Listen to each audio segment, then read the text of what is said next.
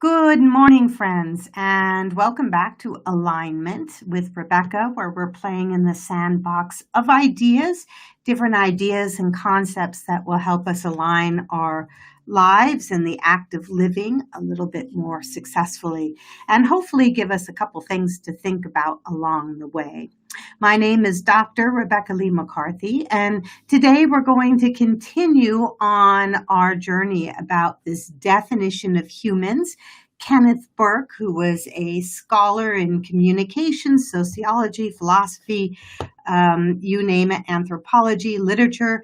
There's so many disciplines that can actually claim Kenneth Burke for their own, at least for some degree. He was a cross-discipline scholar, really smart, very interesting guy, and he gave what I think is one of the best definitions of humankind. So I wanted to take a few minutes and have us look at the definition itself. We've already gone through part of it.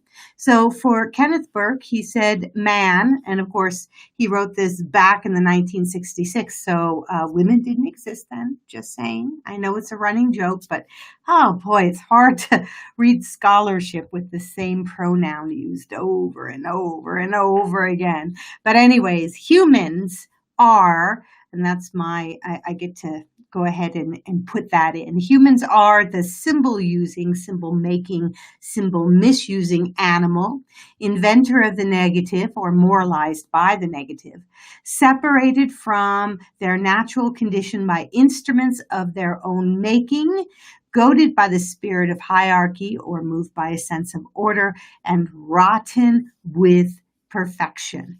So today we're going to look at this idea that we are separated from our natural condition by instruments of our own making. We also spoke the last couple days. First, we started out that we were symbol misusing animals. We talked about that on Tuesday.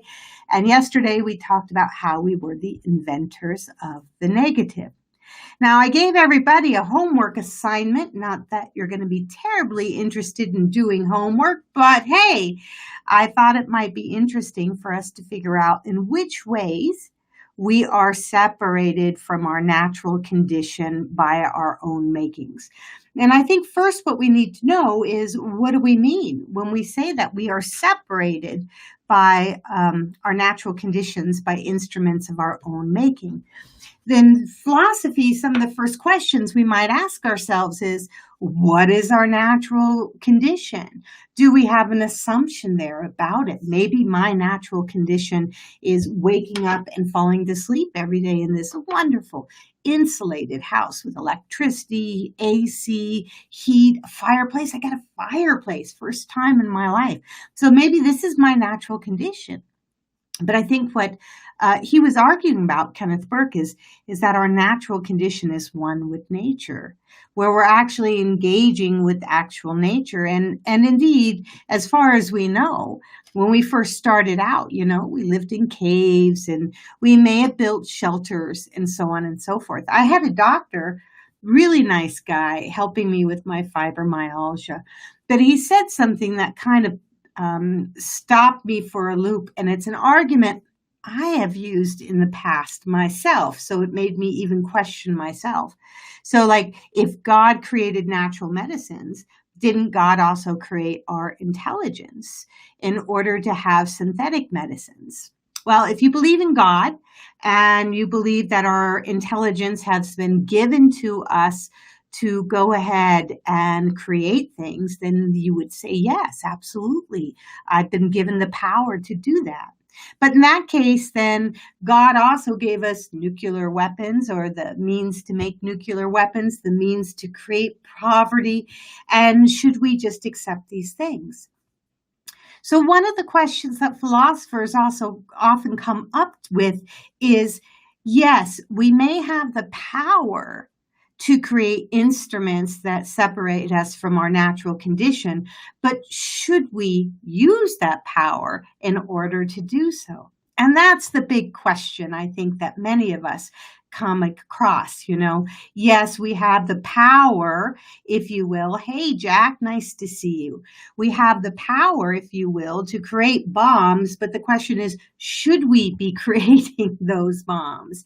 And I think sometimes when we think about these things, what we also forget is ultimately, just because we have the power to do something, do we take the time to think about the short-term versus the long-term consequences of doing these things? Now, Bill McKibben, he is a fantastic author. He's also an environmentalist.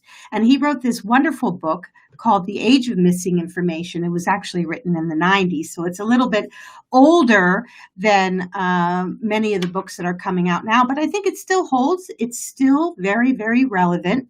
What he did was a simple experiment. He sat down in front of his television set, and back then, they had all the tapes that you had to record your TV set on. So he recorded 24 hours of television, including all the commercials and all the different channels and all of that stuff. And he watched it nonstop.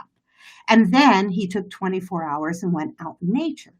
And he compared what he had discovered between those two experiences. And one of the things that he discovered ultimately was his head was not clear when he spent that much time in front of television. There was lots of commercials. He watched the Brady Bunch. Oh, the section on the Brady Bunch, by the way, is priceless.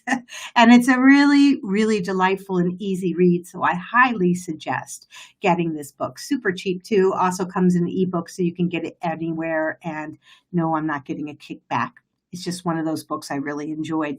So what he found is that when we are separated from nature, that we tend to get cloudy in our thinking. We're not able to think clearly. And indeed, that's what often happens. The questions that we come about is the questions that we have. And hey, Jack, thank you for those questions, but they're not really at this present moment on track with our discussion. So I'm going to save those answers for maybe another time. So take care and thank you very much for joining us.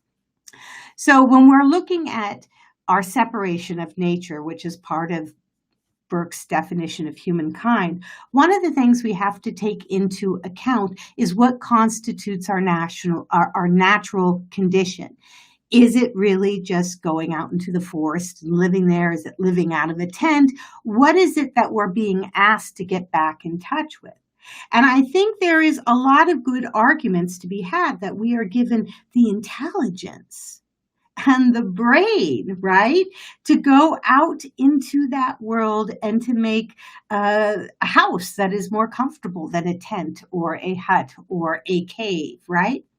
But the problem becomes when we choose those inventions at the risk of forgetting where we come from. And also when we choose to go with these instruments of our own making that separate us, if you will, separate us from nature, what we end up doing is we're forgetting the consequences of those decisions. So if we all gravitate, for example, towards our little devices, our phones, our computers, different ways to communicate, Alexa, get me this, Alexa, get me that, or whatever, and then we lose electricity, what happens? How do we go about cooking? How do we go about our daily lives if we have separated ourselves so specifically away from those things that come from nature and understanding how to live in nature and function in nature? And I think that's what Kenneth Burke is ultimately saying, is that if we disconnect ourselves from nature entirely, when all of our toys go dark, what are we going to do? And that's a really important piece of information. There's also medical reasons why we shouldn't separate ourselves from nature. I want you to consider the circadian rhythms, which are the rhythms of the sun and the rhythms of the 24-hour cycle. Now, many of us ignore these rhythms. For example, there's a lot of people who have to work jobs that happen overnight, right? And when these rhythms are ignored, we have problems with our sleeping. We have problems with our digestive system. We have problems with thinking. It actually invades every single system in our body, and we find it really difficult to relate to the information we're receiving and living a good life. So there are consequences from being divorced, if you will, from our natural condition, whatever that natural condition is. Now, we've talked a little bit in the past about Kant and Locke and these Enlightenment philosophers, all of which who wanted to define and hit on the head, so to speak, what our so-called natural condition was.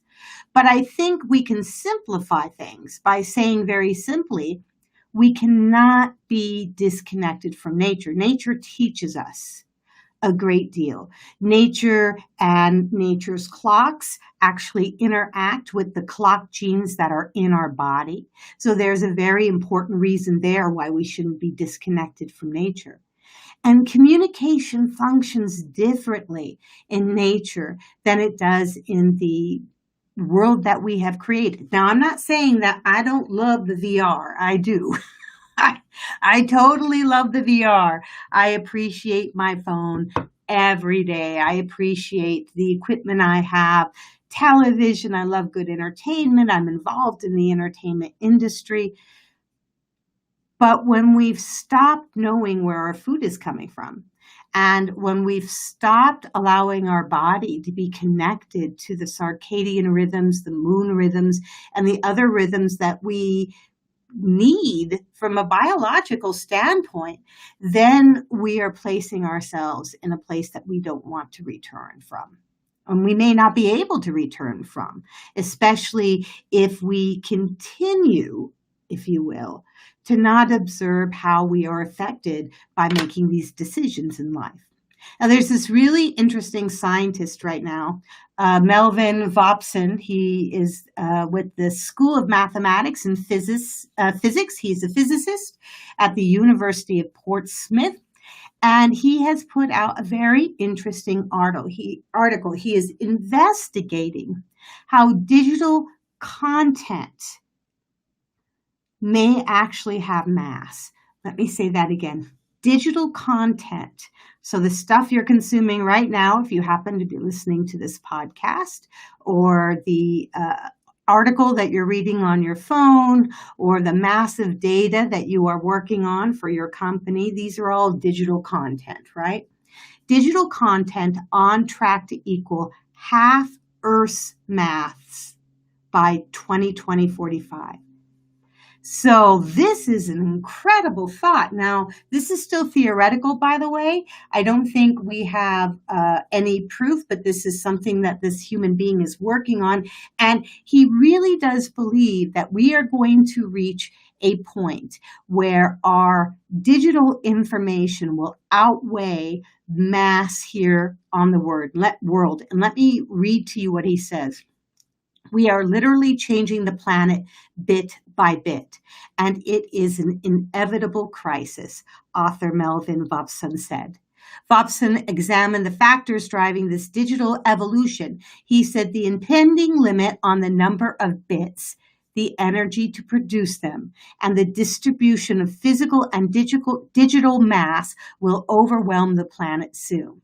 For example, using current data storage densities, the number of bits produced per year and the size of a bit compared to the size of an atom, at the rate of 50% annual growth, the number of bits would equal the number of atoms on Earth in approximately 150 years. It would be approximately 130 years until the power needed to sustain digital information creation would equal all the power currently produced on planet Earth, and by 2245, half of Earth's mass would be converted to digital information mass. And that is mind-blowing. We are projected, if you will, to go down a path in which digital information, digital energy, all of that is more important than what we find when we go out into a park or a field or a forest. And we connect that way. We'll be connecting with virtual forests. We'll be connecting with virtual beaches. And I'm wondering if we really want this. So I think Kenneth Burke was really on to something when he said that we are separated from our natural condition by instruments of our own means. I mean, young kids don't even know where their food comes from. If you ask a child where the hamburger comes from, they're probably going to say something to the effect of, oh, well, I got it at the supermarket, right? And that's actually problematic when everything's said and done. So your homework assignment today is to take a little bit of time and really look once again how you are being separated from your natural condition, and even consider what is your natural condition. I mean, you can consider everybody's natural condition if you want, but just, it's probably easier just to examine yourself, kind of like Bill Kibben did, and take a few minutes to figure out what your natural condition is and how you actively separate yourself from your natural conditions and why. And then ask yourself, what am I getting out of it? Am I cheating myself by not actually being part of nature, aligning my sleeping rhythms and my functioning rhythms with nature? What am I losing out by spending more time in this imagined creation that humans have created, the instruments of our own separation from nature, versus what you get out of nature? And then ask yourself, what do you want? This is the job of the observer, ultimately, is to really have an examined life and to ask yourself, is this what I want? Is this what I need? And be honest with yourself. And hey, if you need that video game, by all means, you need the video game, but examine it. Think about it before making that decision. And for those of you who are interested, Bill McKibben will be doing a talk, and I'm just pulling up the information for folks.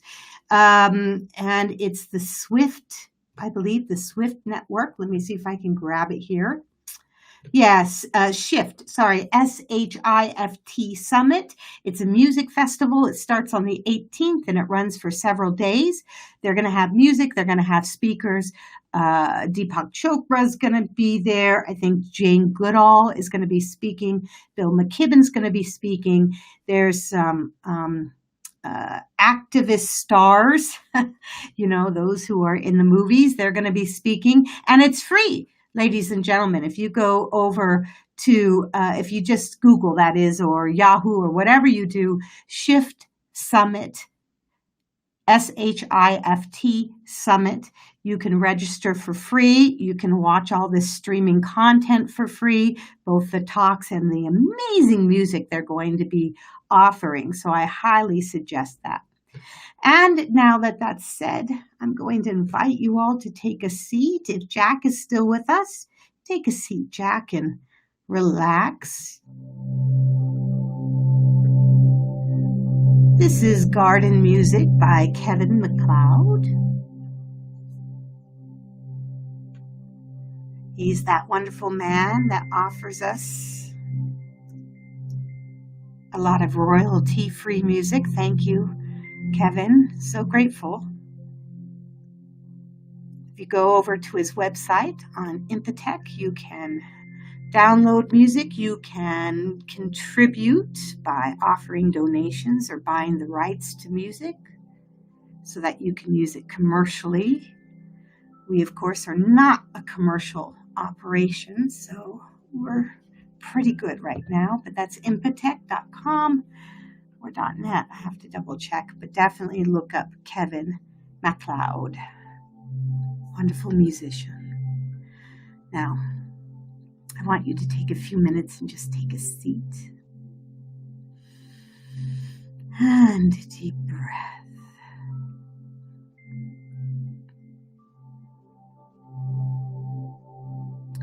Just center yourself in the room, wherever you are, except if you're driving or operating heavy equipment, please just turn this off. You can always come back and enjoy the meditation portion at another time.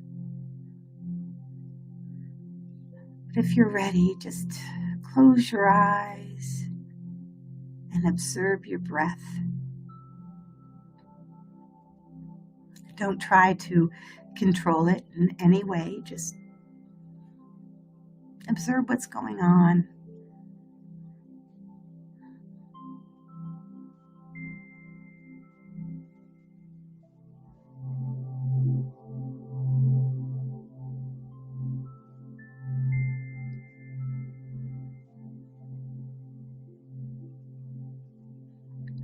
It's actually hard not to control our breath once we think about it. It's kind of an irony there. Now I'm going to encourage you to inhale for a count of 5, hold for a count of 1 or 2, and then exhale for a count of 6 or 7.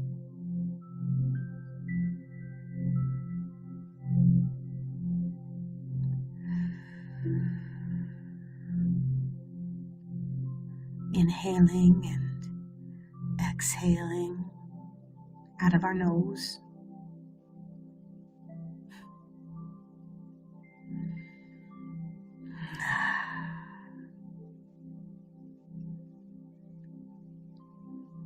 When we exhale a little bit longer, when we elongate that count,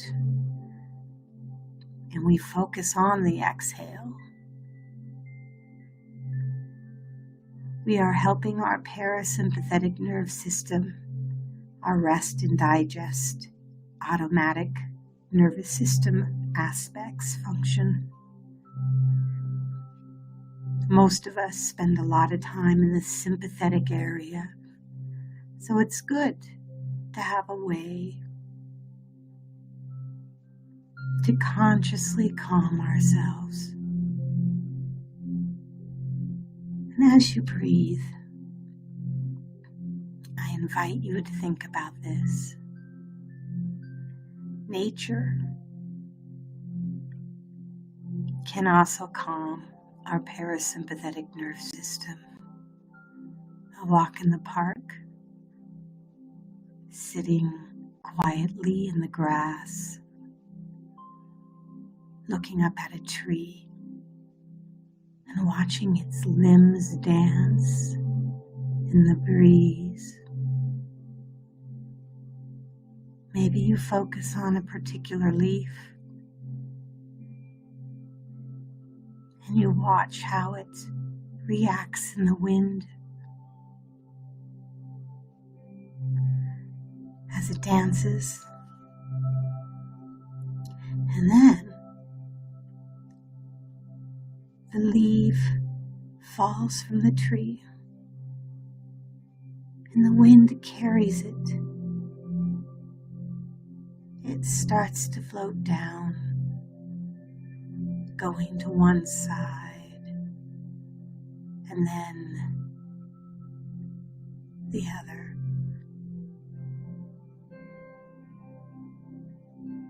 And it floats. And it moves away from the tree, and maybe it falls into a little river or creek. And you watch it as it goes downstream, maybe going on its own Huckleberry Finn adventure. The leaf takes you with it,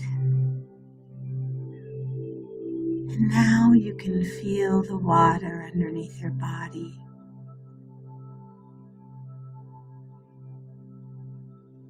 You don't get wet, you just feel the way of the water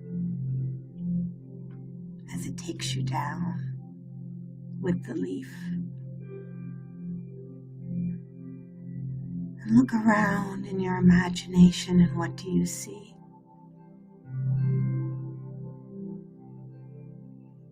Do you see trees and rocks?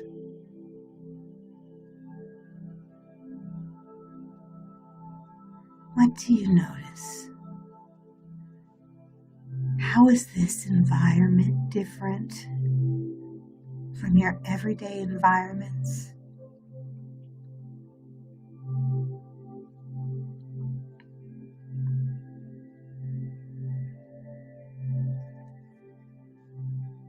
What do you experience and see?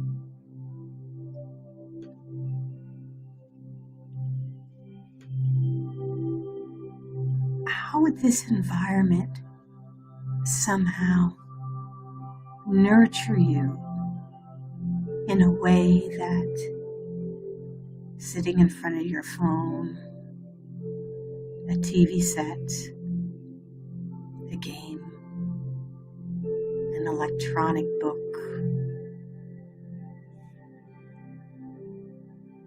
how are you receiving different benefits from the experience of nature?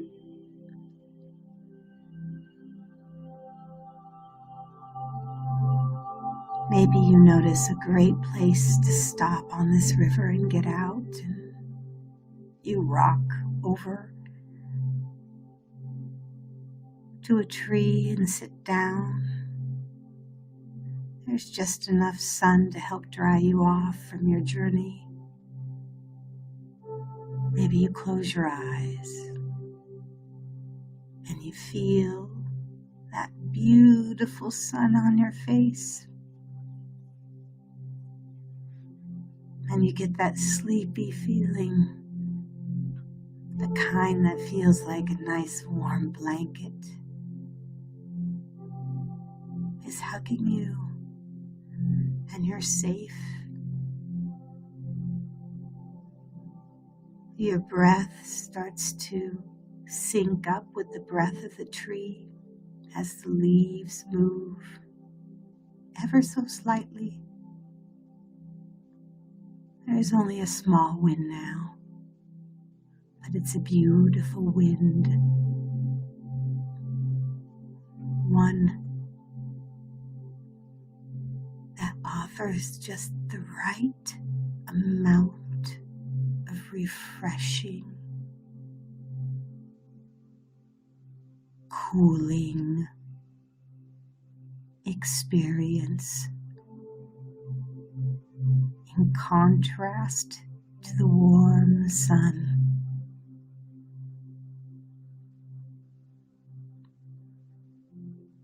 And while you're laying there, listening to the sounds of nature,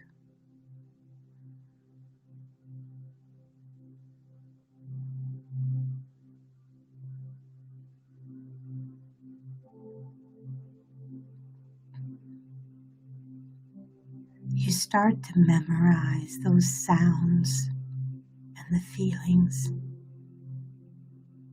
placing them in your head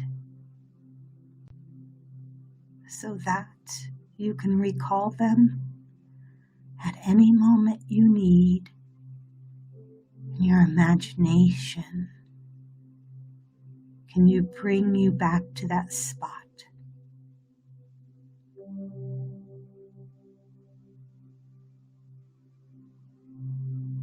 Now, as you are lying very relaxed, I want you to open your eyes.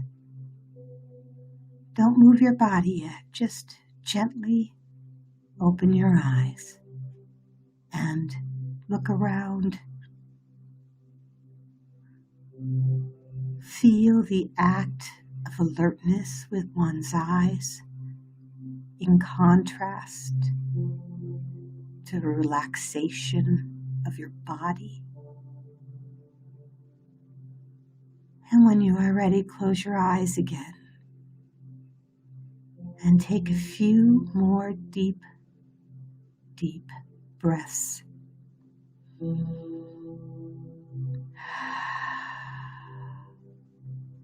Wiggle your fingers and your toes maybe your nose, and slowly come back into being in the present. Thank you all for joining me today. Tomorrow we'll look at the last two aspects of Kenneth Burke's definition of what it means to be human.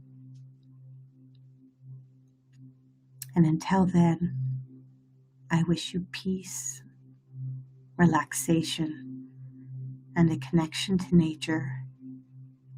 Thank you for your time. I am grateful. Aloha, mahalo, and namaste.